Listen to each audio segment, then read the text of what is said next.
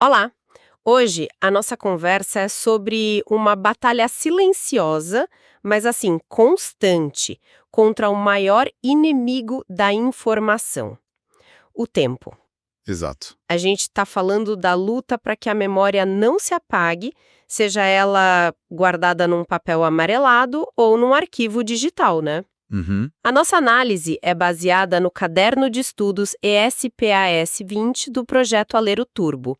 É um material inteiramente elaborado pelo professor doutor Marcelo Lessa. Isso mesmo. E o tema é um clássico para quem mira o cargo de assistente legislativo: preservação, conservação, restauração e digitalização de documentos. E o nosso objetivo, olha, é ir além do conteúdo, é entender a lógica por trás das armadilhas que a banca FGV adora preparar. Ah, as famosas pegadinhas. Sempre.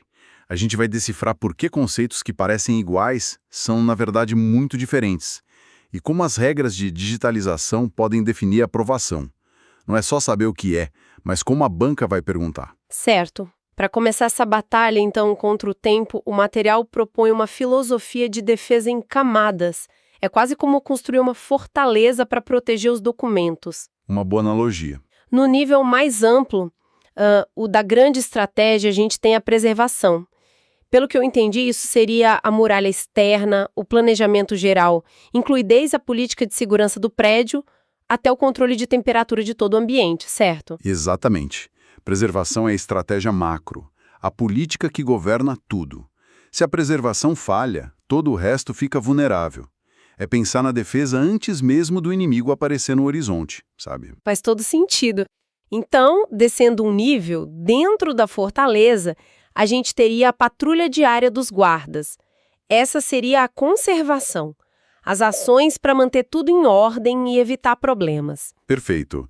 A conservação é a manutenção preventiva. É a limpeza regular para remover poeira que é ácida, é guardar os documentos em envelopes de pH neutro, Ah, sim. é verificar se tem algum sinal de umidade. São as ações diretas para desacelerar o desgaste natural. E se, apesar de tudo, um inimigo consegue invadir e danificar um documento? Aí entra a equipe de emergência, a intervenção cirúrgica. Essa é a restauração. É isso. A restauração só acontece quando o dano já ocorreu. Um papel rasgado, atacado por fungos, fragilizado pela acidez. O objetivo é estabilizar o documento e, se possível, reverter o dano. E é aí que mora o perigo na prova. Aí mora a primeira grande armadilha da FGV. Eles amam inverter esses conceitos. A dica de ouro é simples: conservação previne, restauração conserta. Boa. Se a ação é para evitar um dano, é conservação. Se é para corrigir um dano, é restauração. Simples assim. E sobre essa cirurgia, a restauração? Eu imagino que não seja qualquer tipo de remendo, né? O material menciona um princípio fundamental, a reversibilidade. O que isso significa na prática? Significa que qualquer coisa que você faça para consertar um documento hoje deve poder ser desfeita no futuro sem causar mais estragos. A ciência da restauração evolui, né? Claro. A melhor técnica de hoje pode ser considerada inadequada amanhã. O exemplo clássico do que não fazer é usar fita adesiva comum. Ah, o famoso Durex. Exato. A cola dela é um veneno para o papel. É ácida, penetra nas fibras e com o tempo cria uma mancha escura e quebradiça, que é impossível de remover. É um dano irreversível. Entendi.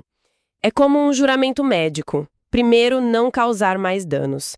Falando em danos, vamos aos inimigos dessa nossa fortaleza. O material divide eles em 3 esquadrões: físicos, químicos e biológicos. Isso. Começando pelos físicos, temos o trio mais conhecido: luz, calor e umidade. E há números mágicos aqui, certo? Temperatura entre 18 e 22 graus e umidade entre 45 e 55%. São os parâmetros ideais. E a FGV pode testar não só os números, mas o porquê deles. Umidade acima de 60% é um convite aberto para fungos, o famoso mofo. Abaixo de 40%, o papel fica ressecado, quebradiço como uma folha seca. O calor, por sua vez, é um acelerador de todas as reações químicas de degradação. E a luz, especialmente a UV, é como deixar o documento sob um bombardeio molecular que quebra a celulose e causa um amarelamento. E os outros inimigos? Os que já vêm nos documentos ou os que chegam de fora? Os agentes químicos e biológicos. Os químicos são os inimigos silenciosos. A poluição do ar, a poeira ácida e o mais traiçoeiro, a própria acidez do papel ou da tinta usada na época. Já os biológicos são os invasores vivos, fungos, insetos como traças e cupins e até roedores. Nossa! A defesa aqui é uma combinação de limpeza rigorosa, controle de pragas e uma regra de ouro: zero comida ou bebida perto do acervo. Certo. E isso me lembra de uma coisa. E os inimigos que a gente mesmo coloca nos documentos sem perceber? Clipes, grampos de metal. Eles também são considerados agentes de deterioração. Sem dúvida. São agentes químicos em potencial. O metal enferruja e a ferrugem causa uma mancha ácida e que corrói e destrói o papel de forma definitiva. A recomendação é sempre substituí-los por prendedores de plástico, que são inertes. E aquelas manchinhas amareladas? Ah, o foxing. Às vezes a gente vê aquelas manchas amareladas ou castanhas parecendo sardas no papel. Elas podem ser causadas por fungos ou pela oxidação de pequenas partículas de ferro que já existiam na composição do papel antigo. Ok, então dominamos a defesa do mundo físico, do papel. Mas, ironicamente, às vezes é mais difícil garantir que um arquivo de Word de 1995 continue legível hoje do que um manuscrito de 1500. Esse é o grande paradoxo da era digital. Como a gente resolve isso? Essa é a grande questão do nosso tempo. E a primeira solução que surgiu, ainda no mundo analógico, foi a microfilmagem. É uma técnica fotográfica que reduz o documento a um fotograma num filme. Certo. A grande vantagem é a durabilidade. Um microfilme bem guardado pode durar 500 anos, muito mais que qualquer HD ou servidor. E, crucial para a prova, ele tem pleno valor legal, desde 1968. Pleno valor legal significa que ele pode substituir o original, ou seja, depois de microfilmar, eu posso jogar o papel fora. Em tese, sim. O microfilme serve como original para todos os fins legais. E aqui vem a exceção que a FGV explora incansavelmente. A pegadinha. A pegadinha clássica. Essa regra não se aplica a documentos de valor histórico. Um documento considerado permanente, histórico, mesmo que microfilmado, digitalizado ou o que for, nunca pode ser eliminado. Nunca. Seu suporte original, o papel, a tinta, as marcas do tempo, é parte da história. Anotado. E agora vamos para o primo mais novo e complexo, a digitalização. Escanear um documento é fácil, mas como fazer essa imagem digital ter o mesmo peso legal que o papel que ela representa? Essa é a pergunta de R$1 milhão, e a resposta está no Decreto 10.278 de 2020. A imagem escaneada, por si só, é só uma cópia, uma foto. Certo. Para que ela ganhe superpoderes legais e seja equiparada ao documento original, ela precisa de um selo de autenticidade. Esse selo é a assinatura com o certificado digital no padrão ICP Brasil. Ah, o certificado digital. Essa assinatura criptográfica garante que o arquivo é autêntico e não foi alterado. Sem isso, o arquivo é apenas informativo. Então, a assinatura ICP Brasil é o que transforma uma simples imagem em um documento com validade jurídica. E a regra de eliminação do original em papel é a mesma da microfilmagem. O histórico fica, o resto pode ir embora. Exatamente a mesma lógica. Documentos de valor permanente são intocáveis. Para os documentos comuns, administrativos, a eliminação é possível se o processo de digitalização seguir todas as normas técnicas, incluindo a assinatura digital, e se a tabela de temporalidade da instituição permitir, claro. Mas aí surge outro problema. O papel se degrada com a umidade, o digital se degrada com a obsolescência. Um formato de arquivo, um programa, um sistema operacional, tudo fica velho. Como se luta contra esse envelhecimento digital? É o grande desafio. E temos duas estratégias principais que a FGV adora confundir: migração e emulação. Ok. A migração é a mais comum. De tempos em tempos, você traduz os arquivos de um formato antigo, para um mais novo. Pega um documento de um editor de texto de 1998 e salva como um PDF, que é um formato padrão para arquivamento. Entendi, você atualiza o formato. Já a emulação é diferente. Pera, a emulação soa como algo de ficção científica.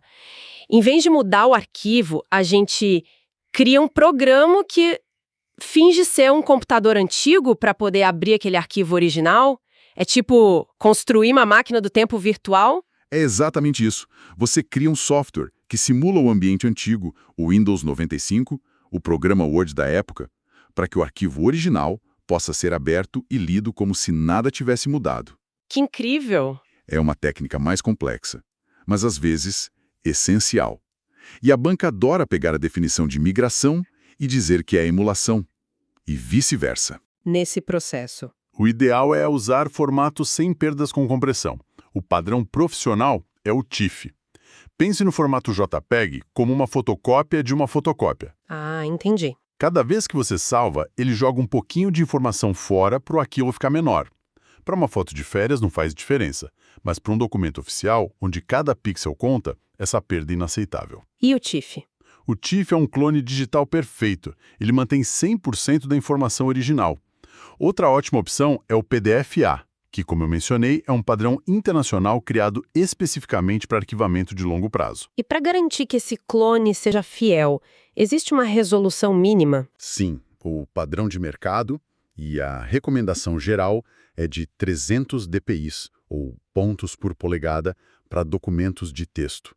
Isso garante uma ótima legibilidade e permite o uso de softwares de reconhecimento de caracteres, o OCR. Entendi. A banca pode tentar enganar com números menores, mas 300 dpi é um número a ser lembrado. E quando o documento já nasce no computador, como um e-mail ou um processo eletrônico, ele não tem um original em papel para ser comparado? Esse é o chamado documento nato digital.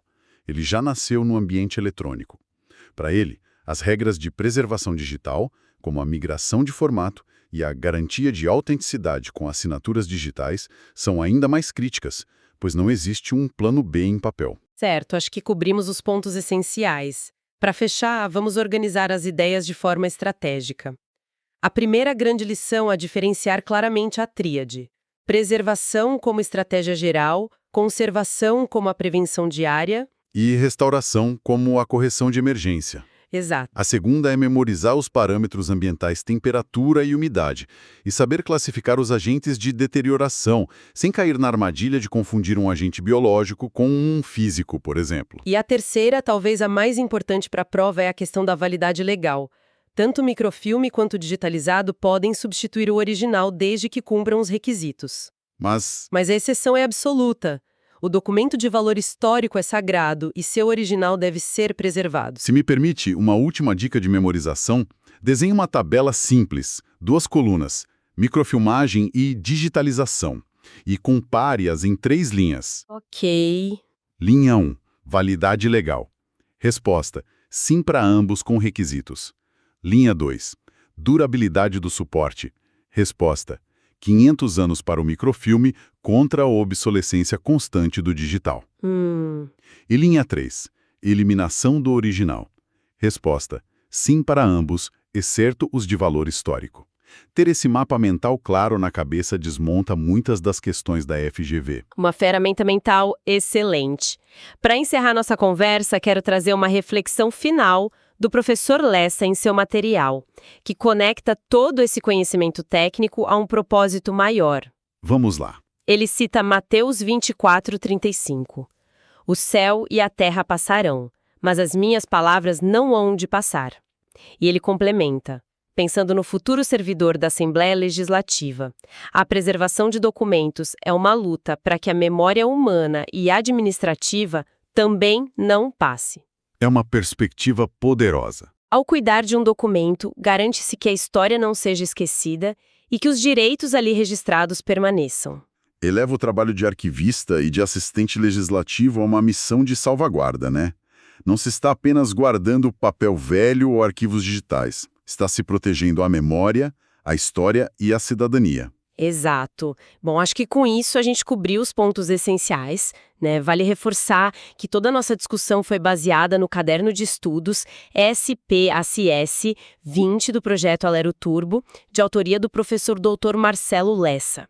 E a recomendação final é usar esta conversa como um guia para revisitar o material e, principalmente, fazer muitas questões da FGV. É na prática que se aprende a desarmar as armadilhas da banca. É isso. Obrigada por nos acompanhar e fica o convite para se inscrever no canal e receber mais conteúdos estratégicos. Até a próxima.